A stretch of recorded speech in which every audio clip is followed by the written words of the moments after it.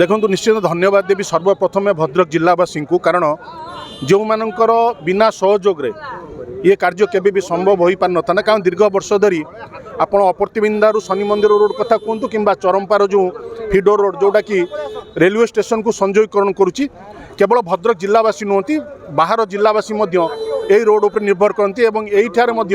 ऐतिहासिक काली पूजा हुए रोड संकुचित जो अनेक समस्या विगत दिन मानक देखा मिली लोक मानकर साधारण लोक मानकर दाबी थिला ये रोड उन्नतिकरण प्रशस्तीकरण ताकू आम सरकार आसिला परे गुरुत्वर सह नहीं जहाँ आज से शुभ अवसर आज मान्यवर सांसदों गरिमामय उपस्थित ये शिलान्यास उद्घाटन होती 4 कोटी टंकार प्रकल्प 4 लेन रास्ता ड्रेन साइड फुटपाथ लोक मान जावाई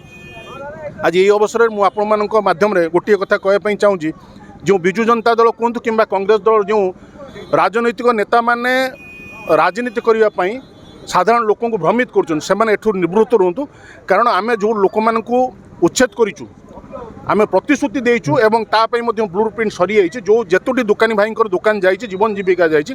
प्रत्येक दुकानी भाई को आम थैथान करूँ ये निष्पत्ति हो सारी एवं आज ये अवसर में विभाग अधिकारी जंत्री उपस्थित थे जेहेतु जिलावासी एटा गोटे ड्रीम प्रोजेक्ट चरमपा कथा कहतु कि मुख्य रास्ता अपर्तिबिंदा कहतु ए कौन प्रकार कंप्रोमाइज करा समय सीमा पूर्वर कार्य सरिबो जदि अर्थ आउरी आवश्यक पड़े ताहले राज्य सभापति सी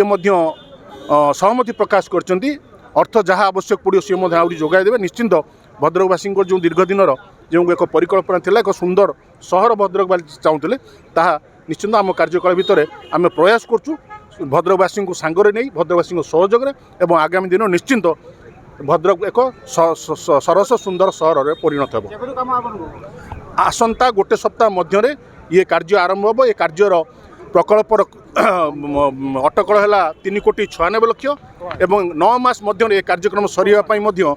एग्रीमेंट होइछि मु विभाग अधिकारी मानक निर्देश देइछि 9 मास पूर्व ये काम को समाप्त करी भद्रकवासी को समर्पित करने। धन्यवाद।